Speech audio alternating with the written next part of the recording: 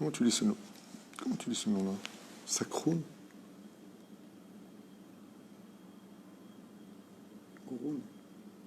Sagroun? Ok, je demande. Tov, Bezrat Hashem.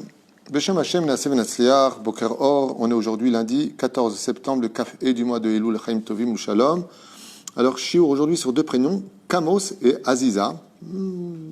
Ça m'appelle Camus d'ailleurs, parce qu'en français le mot Kamos se traduit par Camus.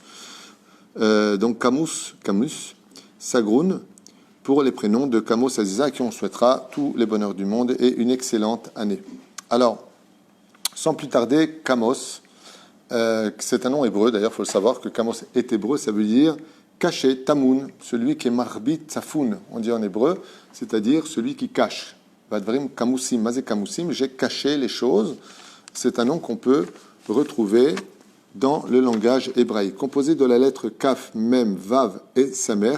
Alors on voit ensemble la lettre Kaf, c'est mélange de rigueur et de bonté absolue. Mélange de rigueur et de bonté. Ensuite, le Mem, mélange de rigueur et de bonté. Le Vav, bonté absolue. Le Samer, mélange de rigueur et bonté absolue. Ce qui fait des gens plutôt sympathiques, très sociaux, agréables, mais avec des qualités et des défauts, comme on va pouvoir le constater au niveau de nos sages, nous enseignent ce nom. Alors, dans le Sefer Devarim, donc là-bas on peut voir dans le chapitre 32, verset 14, Halo kamus madi chatum beotzrotai. Donc on peut voir là-bas que Kadosh Baruch Hu nous dit qu'il l'a caché avec lui dans ses trésors. Ce sont des gens, il faut savoir une chose, qui ont un cœur exceptionnel, jusqu'à presque en devenir je m'en foutisme sur des valeurs à leurs yeux, tant que ça rend service aux autres. Ce sont des gens qui sont très volontaires pour aider, très remplis d'empathie pour les familles pauvres.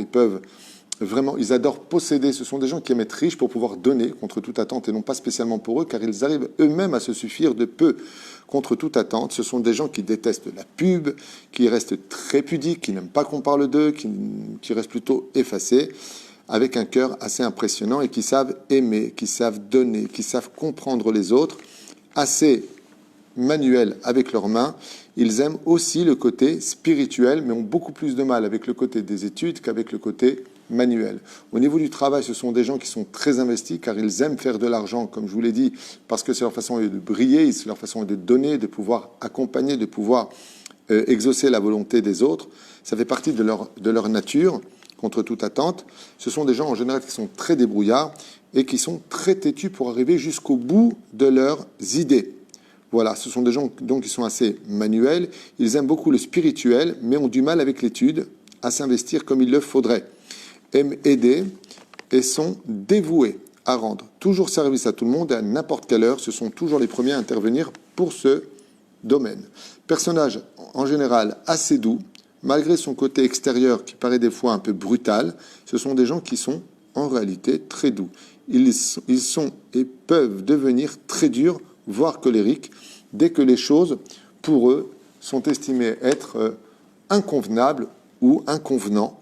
Ils peuvent dévoiler d'un coup une situation très colérique, mais comme on le voit dans son nom, tout est camous, tout est caché, c'est le cas de le dire. Ce sont des gens qui vivent très cachés, et même quand ils se mettent en colère, ils sont aussi assez rapidement refroidis dès qu'ils estiment que les choses ont été réglées.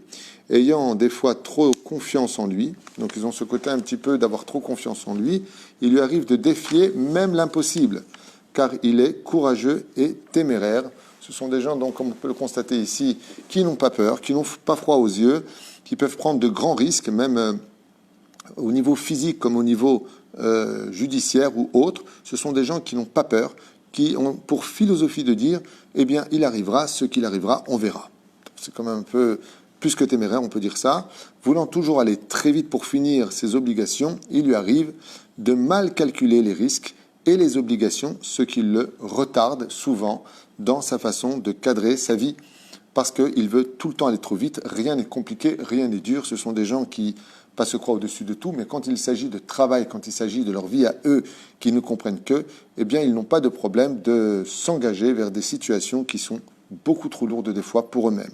Ce sont des gens malgré tout qui aiment l'harmonie, qui adorent le shalom, qui adorent la société, qui adorent inviter, et n'hésitent pas à rentrer, mais n'hésiteront pas à rentrer en guerre s'il le faut, car ils détestent l'injustice selon leur vision des choses, ce qui les restreint. Pourquoi? Parce que par manque d'études et manque de compréhension de la vie, il leur arrive des fois de faire de mauvais jugements ou de mauvaises paroles, alors qu'ils auraient dû être beaucoup plus patients, se renseigner et être attachés à un rav pour bien comprendre si leur jugement est adéquat ou pas. Ce sont des gens qui sont très têtus, très ambitieux, et l'orgueil, malheureusement, leur fait défaut malgré le fait qu'ils soient timides. Alors c'est bizarre, d'un côté ils sont timides, de l'autre côté ils ont ce côté-là d'être orgueilleux, car l'orgueil leur fait défaut.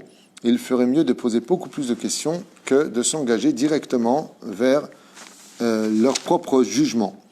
Malgré toutes les épreuves qu'ils subissent dans leur vie, ils s'en sortent toujours et ils ne seraient même pas capables eux-mêmes d'expliquer comment ils ont pu s'en sortir face à toutes les épreuves qu'ils ont eues, qui sont extrêmement des fois lourdes de conséquences. Quand on s'appelle Camus, on a un mazal qui nous accompagne, qui est très bizarre, qui reste caché, qui nous sort souvent de toutes les situations. L'étude de la Torah et le moussar adoucirait leur dureté intérieure, ce qui les rendrait presque, on pourrait dire, des gens parfaits, bons pères, bons maris. Ils restent toujours optimistes et Bezrat Hashem restent attachés à des valeurs spirituelles à travers leur cœur. Et ce qui leur manque le plus, c'est l'action, car pour eux, à Kol Beseder, on s'en sortira, rien n'est grave. Et pas qu'ils prennent les choses à la légère, mais disons que, allez, c'est pas grave, on verra comment on s'en sortira le moment où on devra l'affronter. C'est un petit peu leur façon de voir les choses. Peut-être que c'est comme ça dans la vie, mais en ce qui concerne le jour du Beddin, le jour de la mort, il faut faire attention, parce que là-bas, avec Dieu, par contre, il n'y a pas de mazal, il n'y a pas de on s'en sort. Tout est justice, tout salaire est récompensé et toute justice est mise en application. Mais la reine, quand on s'appelle Kamos, on doit un peu plus se cadrer vis-à-vis de la halacha et de s'attacher à un rave de façon à pouvoir mieux orienter notre vie. Voilà, c'est tout ce que j'ai sur lui. Bon père, très bon personnage, qui aime vivre caché, qui n'aime pas la pub. On a vu pas mal de choses. Je vous réinviterai à réécouter ce cours si vous avez des enfants ou des amis qui s'appellent Kamos pour mieux les comprendre. Voilà, maintenant nous allons parler du nom Aziza Bezrat Hashem, du nom judéo-arabe. Donc Aziza, ça commence par la lettre Aïn, donc déjà il y a un peu de dureté, c'est Midat Adin absolu. Zaïn, Yud, Zaïn, on rentre là dans bonté simple, donc, et une fois de plus, bonté. Donc ce sont vraiment des femmes qui ont un très très très grand cœur, on peut dire, une très très très bonne personnalité intérieure. Ce sont des gens par contre qui adorent bouger, du mot ziza, la zouz en hébreu, Aziza, qui se traduit en judéo-arabe d'ailleurs, c'est un nom marocain, pour ceux qui ne le savent pas, dans son origine. Il y en a qui disent que c'est judéo-arabe, il y en a qui disent que c'est judéo-espagnol. Donc on a plusieurs déotes dans ce domaine à propos de ce nom de Aziza. Et en arabe algérien, ça veut dire trésor, amour, comme le diraient certains. Alors ici, on 431, juste... Ah ben là, j'y suis. Baruch Hashem. Alors, Boubé Echad, le nom Aziza. Bederech Klal Adam Chacham. Donc en général, on parle d'une personne, une femme. Aziza est un nom de femme. Judéo-arabe, c'est pas de l'hébreu. Il faut le savoir, c'est judéo-arabe. Imreya Rucha, Vechada, Veroa et Kol Anaasa Bezvivo. Donc, une fois de plus, on est face à une personne qui a une très très bonne vision des choses de la vie, une personne qui est assez intelligente, Veroa et Kol Anaasa Bezvivo, et qui arrive très très vite à distinguer ce qui se passe autour d'elle. Matzliach Leakir Ben Arutzim Betovato, O Chazve Shalom Beraato, qui arrive très facilement à distinguer les personnes qui veulent leur bien de ceux qui veulent leur mal. Et ce qu'on peut constater des filles qui s'appellent Aziza, c'est que malgré la tmimout qui est un peu en elles, et le très grand cœur qu'ils ont à l'intérieur de leur poitrine, ce sont des femmes qui sont très observatrices. Très très observatrices, elles auraient même pu faire inspecteur de police. Adam Chazak Begoufo, ce sont des femmes assez fortes physiquement, pas fortes physiquement grosses, mais fortes de Bari Benafsho, saintes de corps et d'esprit. Shteraglav Nimtsaot Bekarka Yetziva, ce sont des femmes très cartésiennes qui ont vraiment les pieds sur terre. Bal Iyun Marshava Amuka, qui arrivent à analyser les choses avec beaucoup de profondeur, même si, bien entendu, grâce à l'étude de la Torah, font grandir une émouna où tout se relie bizarrement entre le monde matériel et le monde spirituel, tout à fait en harmonie. Fait Echad she'ena mefachedet mikol avoda kasha, n'ont pas peur des travaux même les plus difficiles quand on s'appelle Aziza. Au mashkia rabot mikocho marshavta, et qui n'hésitent pas à investir toute leur force et leur pensée afin de leotzi alors kolt et trunotav bachaim, afin de sortir tout ce qu'elles pourront pour toutes leurs études et tout leur potentiel pour arriver à leur fin. Almenat lagia la esagim tovim, pour arriver à de bons résultats, ou sofo shel davar, roav zochal et perot, et aussi on voit que le nom Aziza fait bouger les choses car elles finissent toujours, pas toujours, il n'est pas marqué toujours, autant pour moi, mais arrivent souvent à sortir le résultat escompté. Yetziva meprinat kalkalit vekimat enon niskak le anashim acherim, ce sont des femmes qui arrivent facilement, en tout cas il dit pas facilement, mais il dit à stabiliser leur parnassa, leur kalkala, comme on dit en français, leurs finances, et font très rarement appel à l'aide des autres. S'efforcent souvent de faire les choses sans demander d'aide à qui que ce soit. Elles aiment bien être indépendantes et plutôt rendre service qu'on leur rend service. Sans demander l'aide des autres pour quoi que ce soit. Elles feront tout elles-mêmes petit à petit plutôt que de déranger les autres ou de se sentir redevables vis-à-vis des autres.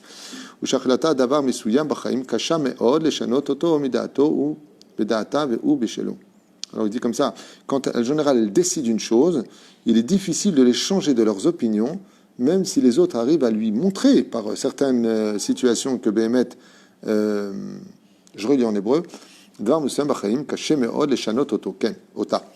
il sera très difficile de leur faire changer d'avis, car quand elle a une idée en tête, eh bien elle n'hésitera pas à rester sur ses positions, car elle aime bien sa façon à elle de penser. Même si après plusieurs années, ils essaient de la convaincre de penser différemment, si elle pense qu'elle a raison, eh bien elle reste sur ses positions. Ok. Ce n'est que par le biais de l'étude de la Torah et du Moussar que qu'elle pourra adoucir un peu plus son cœur et se dire que peut-être qu'elle n'avait pas tout le temps raison quand elle se fixe à ses idées, Be'ezrat Hashem, et d'être plus encore souriante, car son sourire fait souvent plaisir à voir, jusqu'à ce qu'elle comprenne que Be'ezrat Hashem, tout ce qui est fait les tovata pour son bien à elle. Ça veut dire qu'elle voit un peu plus Hashem derrière les événements, dû à son côté un peu cartésien dans sa philosophie. Rak az muchana la zouz mema'amado, et là seulement elle commencera à bouger de situation. Donc on voit une femme qui a un bon cœur, qui aime aider, tout ce que tu veux, mais de l'autre côté qui est très actionnite et qui a besoin que les choses se passent comme elle veut que cela se passe pour ne pas que cela la déstabilise. Et grâce à l'étude de la Torah et du Moussar, comprenant que tout vient d'Hachem, même si elle est très attachée au spirituel grâce à l'étude de la Torah, elle changera en s'améliorant.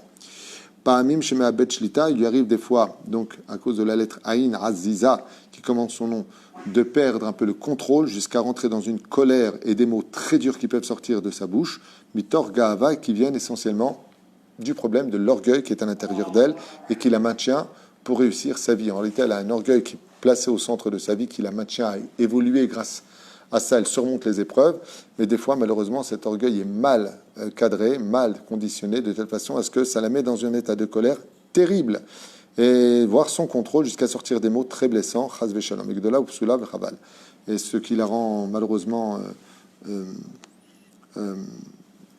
pas top dans ces conditions-là. Il est impératif, quand on s'appelle Aziza, de faire très attention à sa colère, car cela touche automatiquement sa santé, d'où l'importance pour elle de se remplir de douceur et d'humilité grâce au moussard de la Torah, et d'éviter donc Meriva, Velidog, Lechiot, Besheket ou Beshalva, et de s'arranger pour toujours être dans une ambiance qui soit paisible et remplie de shalom. Et quand elle a le mérite de Bezrat Hashem créer sa propre famille, avec l'aide d'Hashem, Bezrat Hashem, Klal, une généralité pour elle, Tishtedet, Sha'al Shalom, Ishkon Tamid Beveta, elle devra tout faire pour que la paix s'installe toujours au sein de la famille, de parler toujours le plus calmement possible, contrôler sa façon d'être. Attention, on ne parle pas du mal des nerfs, mais il faut faire attention à sa colère parce qu'elle peut être très grande. Et donc elle respectera très bien son mari, mais une fois de plus, comme tous les noms qu'on a pu voir, quand on s'appelle Aziza, on a besoin de sentir sa féminité. Donc il est très important pour le mari d'être charismatique, d'avoir de l'intelligence, de trouver les mots, car plus elle se sentira féminine et aimée de son mari, et plus elle deviendra féminine, calme et reposante pour tout le monde. Bezrat Hashem, Ve'al Yedekar, elle pourra avoir une vie, il dit ici, Meusharim Barukim, une vie heureuse et longue avec l'aide d'Hachem. C'était pour le nom Aziza, Baruch Adonai, Leolam Amen, Ve'amen. C'était Shiur, c'était pour Kamos et Aziza, je crois, c'est ça? Voilà, Kamos Sakroun, si j'ai bien prononcé, pour Sagroun. C'est un G. Sagroun. Ce que tu dis, je dis, pas de problème. Pour le nom Kamos et Aziza, c'est tout ce que j'ai pu trouver pour définir ces noms. Donc on a vu que Aziza, très bon nom, juste canaliser la colère intérieure, Bezrat Hashem, moins d'entêtement, et Kamos pareil. Attacher plus à un rave et un peu plus d'humilité dans la philosophie de la vie, à savoir est-ce que Béhémet, très bon avec les mains, très bon manuel, mais est-ce que dans la vie, est-ce que je suis assez rempli de connaissances pour savoir comment bien juger les situations? C'est souvent le cas qui manque, parce qu'il suit son cœur, et ça lui fait des fois défaut. Kol Touv.